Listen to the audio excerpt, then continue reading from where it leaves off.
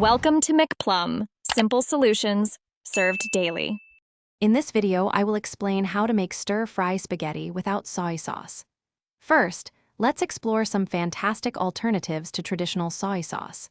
You can use tamari, coconut aminos, or even fish sauce to achieve a rich, savory taste. Make sure your spaghetti is cooked al dente and ready to go before you start stir-frying your other ingredients. Now, let's get your ingredients prepped. Uniformly slice your favorite vegetables, such as bell peppers, carrots, and broccoli, into bite-sized pieces. Next, cut your protein, whether it's chicken, beef, or tofu, into small, manageable strips.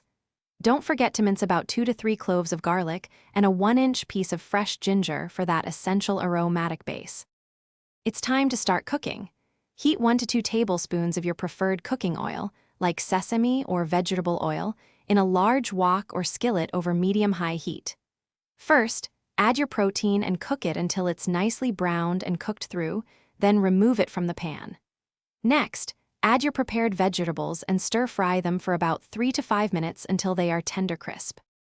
Finally, let's bring it all together. Return your cooked protein to the pan along with the prepared spaghetti. Pour in your delicious soy-free sauce alternative and toss everything thoroughly to ensure every strand is coated. Give it a good mix, then serve immediately. For an extra touch of freshness, garnish your stir-fry with some fresh cilantro or thinly sliced green onions. Thanks for watching. Stay juicy and subscribe.